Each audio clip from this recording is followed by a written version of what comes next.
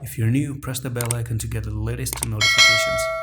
Assalamu alaikum everyone, and welcome back to a SHIB video update. Alright, so SHIB seems like there was a little bit of a pump here, just a small mini manipulated pump in my opinion.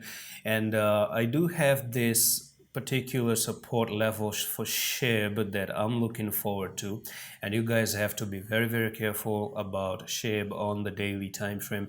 And I could expect SHIB to basically drop from there to there, and we could be looking for a technical target to move SHIB all the way down to 749.